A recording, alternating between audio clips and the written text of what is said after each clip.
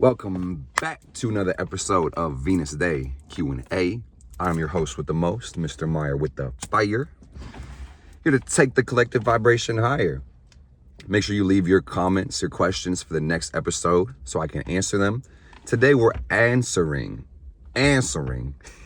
ChatGPT's existential crisis questions. So let's get to it. Numero uno. What is the purpose of life, if any?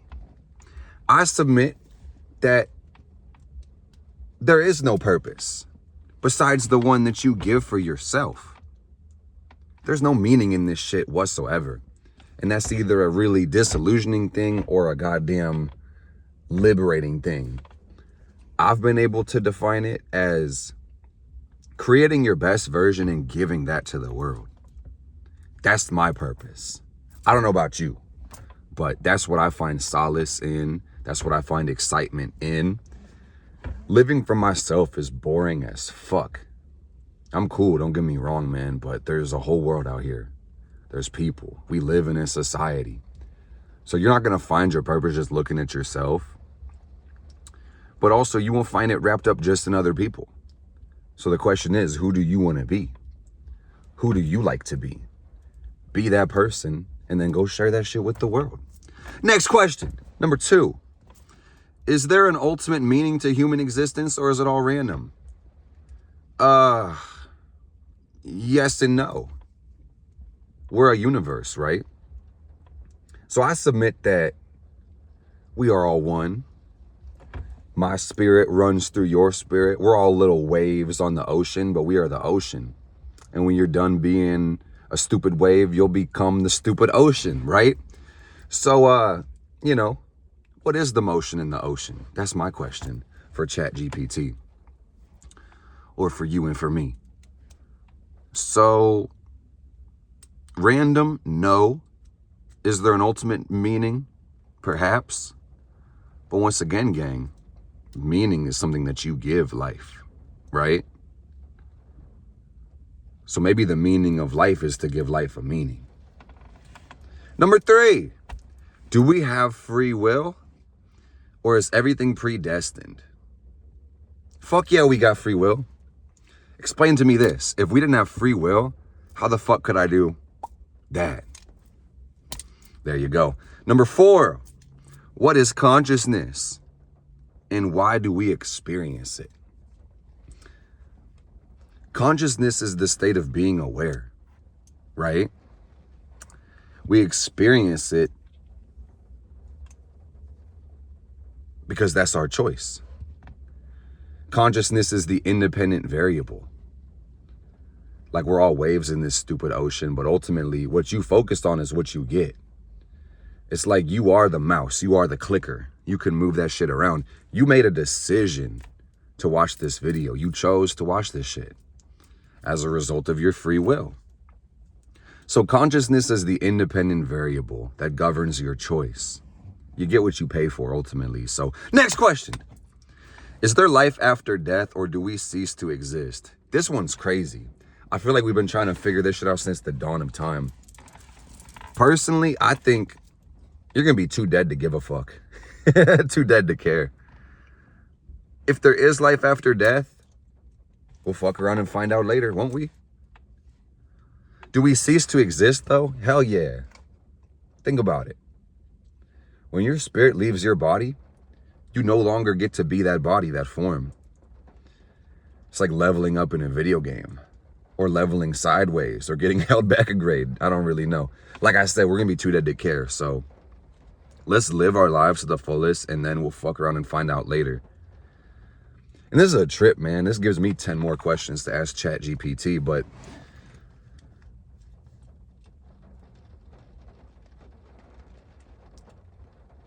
how do you even carry information from one life to the next?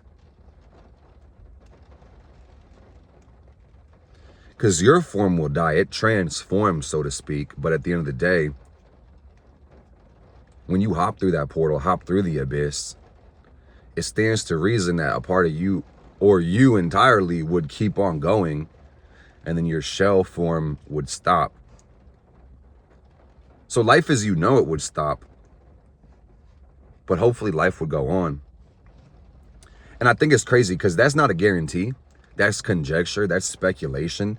And this is probably why people cling so hard to religion or, philosophies or a worldview or some idea of the afterlife. Because for some, the idea of nothingness and eternal abyss or vastness is extremely scary.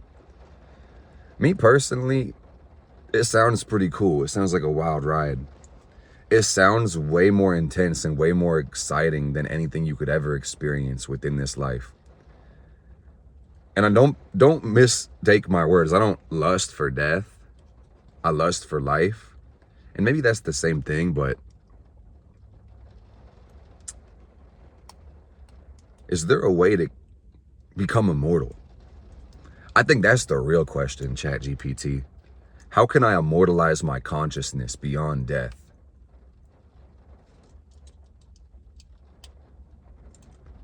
I'm looking at the birds and they're just flying around in all types of directions, man. I feel like they're tripping out. Do you think the birds think about this shit? Do you think the birds wonder about the afterlife? All right, number 6. How do we reconcile the vastness of the universe with the significance of human life? How do we reconcile the vastness of the universe with the insignificance of human life? The insignificance. By playing your role. I think it's easy to kind of feel like life isn't significant. And not everybody sees it that way. Me personally, I feel like my life is pretty powerful. I'm gonna be honest, guys. I got a big ego. Someone call that shit a God complex. So I know that I can create anything, man. One man can change the world or fuck the whole world up. Shout out to Adolf Hitler. Shout out to Gandhi. Shout out to Clifford the Big Red fucking Dog. You can really make an impact on this world. So at the end of the day, I don't really consider human life to be insignificant. I kind of feel like it's the exact opposite. If anything, you could perceive it whatever way you want, but my cosmology has kind of shown me to be like a blood cell in the God body or the universe body. And it's like I can be the best ant in the farm, or I could be a malignant tumor. I could be a cancer cell. I could cause chaos, And that's up to me to decide through my consciousness, my will, my decisions. So how do you reconcile the vastness of the universe with this insignificance of human life? By being big and bold. What the fuck else? ChatGPT. That's what it means to me. Number 7. What does it mean to live authentically? Is it even possible? Man. Authentic means being yourself. Being who you are. So what does it mean to live authentically? I think it means to be honest with yourself, to be honest with others, and share that person with the world. That would kind of say that to be authentic, you can't necessarily conform at all times. Yes, we live in a society. Yes, we're social creatures. But at the end of the day, you got to be able to be your goddamn self. So to be authentic, that requires to know yourself. And the only way you're going to know yourself is through comparison to others, which is also kind of a trip. So I think to live authentically, you'd probably have to live a lie for a little bit too, to even be able to realize who the fuck you're not. And then that would show you who the hell you are, right? And ultimately, this tells me that shit's gonna take time, because nobody's born fully conscious of their psychology and psyche, bro. Most of the time, when you're born, you're like, oh, fuck. You're like, oh, shit. Here we go again. And you start crying. The doctor slaps you. You cry some more. And you're like, oh, shit. Am I being authentic? You never ask that shit. So, the word I get is disillusionment. What does it mean to... Is it possible to live authentically? Probably. Damn, dude, this shit about to give me an existential crisis, man. Oh, fuck. I try to have all the answers, man, but I'm going to keep it 100 with y'all. These are just my answers. I don't know if they're the answers. Because to be authentic means to truly be yourself. And the only way you'll know you is through comparison to others.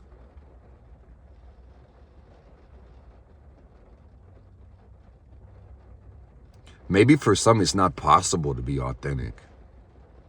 And that's crazy. I'm sorry if that's a bummer. I'm sorry if that brought someone down today, but let's keep going. Is morality objective? Number 8. Or is morality a social construct? I love this question, man. And I believe, so take this with some salt, I think morality is subjective. Because what's good for me might not necessarily be good for you.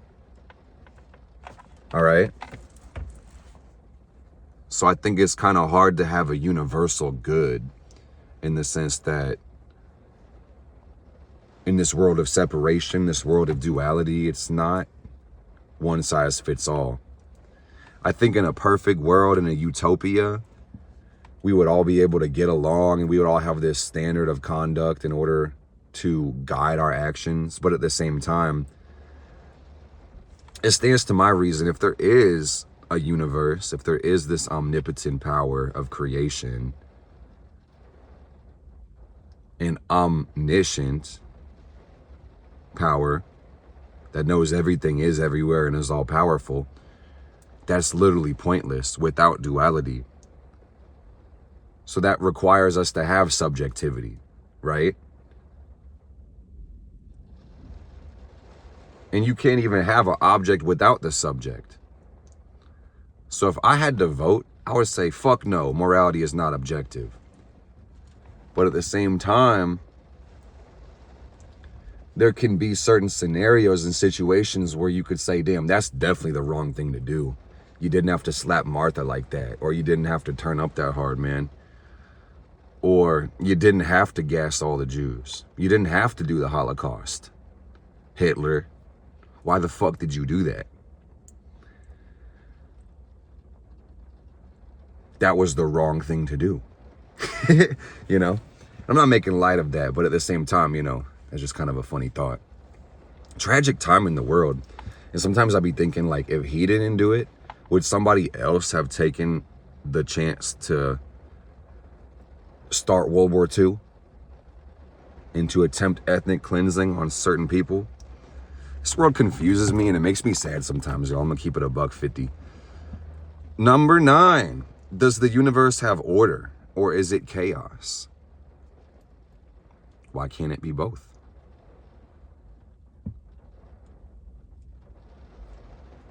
Order kind of is an illusion. And this world seeks higher complexity the longer that we live and experience it and grow. Think about evolution. You know, everybody's in a constant state of becoming, so growth is a natural, intrinsic part of life.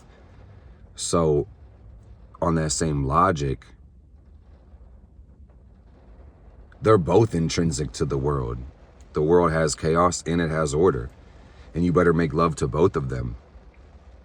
And I really think that if you can embrace both, you'll really move towards growth in a pretty beautiful way. Number 10. Why is there something rather than nothing? Man, fuck this question. This question is bullshit. This really, you could just say, why is anything ever? Or you could just say, what the fuck? And that's what I've been saying. So let me know in the comments, what the fuck? Number 11. Can we ever know reality truly, or are we bound to human perception? Nah, absolutely not. We are bound to human perception. How crazy is it that nothing you ever look at will truly be what it is? It's all a reflection of how you see it. In other words, the observed is not different than the observer. It's not what you're seeing, it's how you're seeing it that actually presents it to you. Gang, like, think about this shit. Your mind is a screen. Your eyes are a screen. So how the fuck do you know that you're not just watching a big ass TV that covers your 360 and peripheral? Imagine you turn like 60 and somebody just like moved the TV back a little bit and said, surprise, you're actually in the movie Elf. And you were watching this shit for like 60 years, bro. You thought your name was Martha. Bitch, get real with yourself. That's fucked up. Are we bound to human perception? Maybe. Unless you want to be something else. Like a furry or like a frog. You guys ever shapeshifted? Has anybody tried that in the astral plane? One time I became a wolf.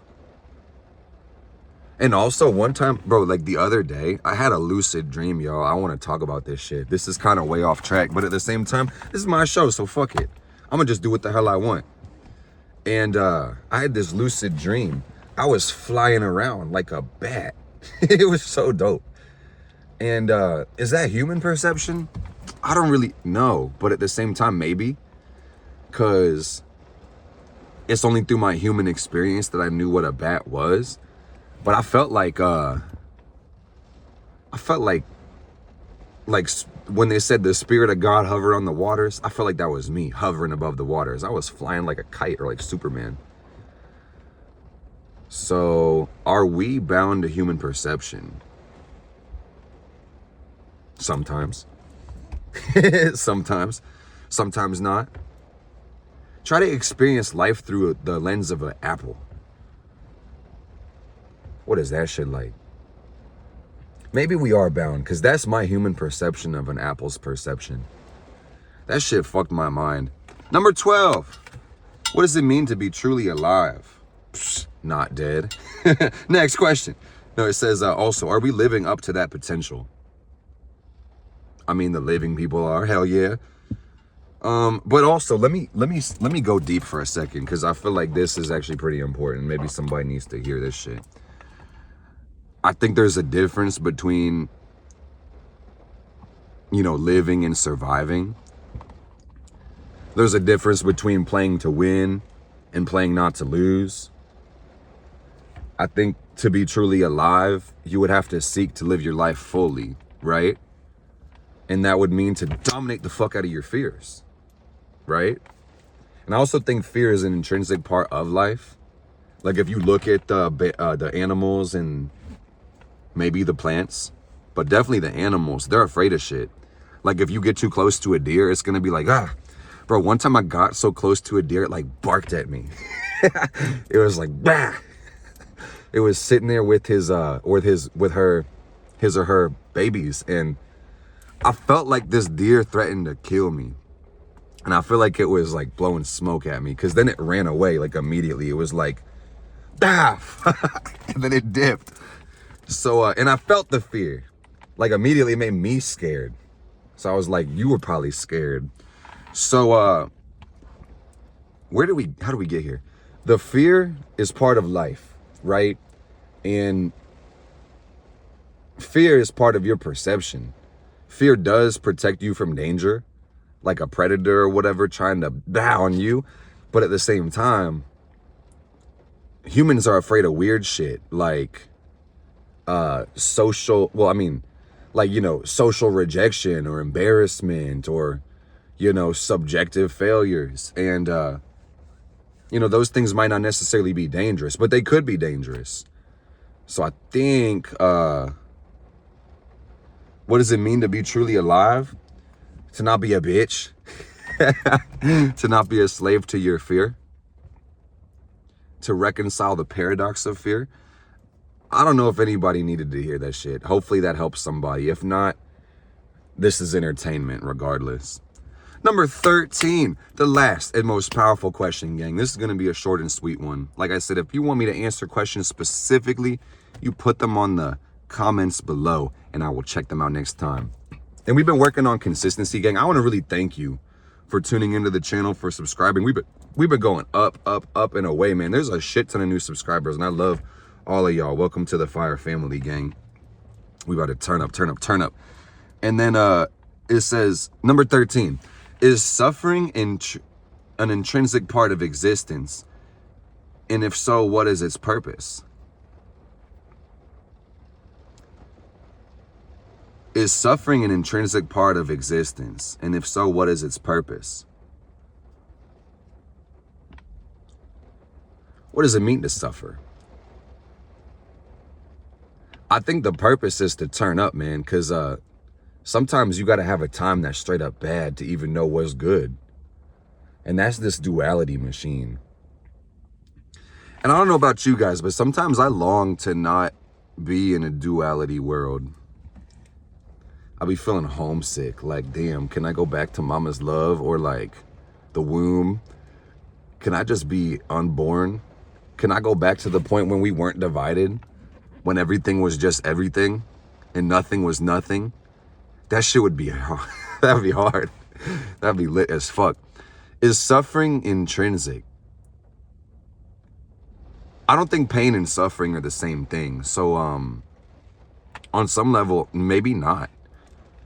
I feel like if you pick out like most people in the world, by and large, I think we've all had the experience of suffering, which is like, I'm straight up not having a good time.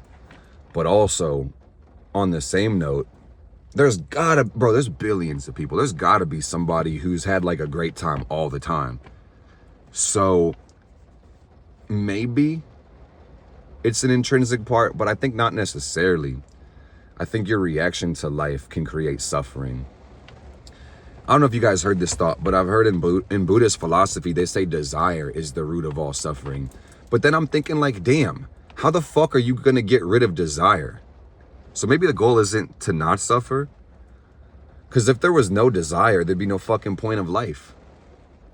I don't know if I necessarily believe desire is the root of suffering personally.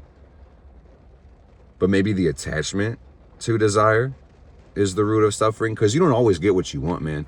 And I've kind of seen that in my own experience. And I've observed this in a lot of people. A lot of times when we suffer, that's just life not going the way we want, just simply not getting our way, and we determine that it's a bad fucking thing. I don't know how I heard this, where it came from, or if I channeled it or whatever, but at one point I received this thought that said, gratitude is the attitude that transcends all suffering. And I can't guarantee it. I wish I could. Maybe fuck around and see if you can leverage that knowledge to the best of your ability. But, what is the purpose of suffering? To create memes. Why the fuck else would it exist? You guys ever been... You guys ever been so horny you made art? That's what I'm talking about.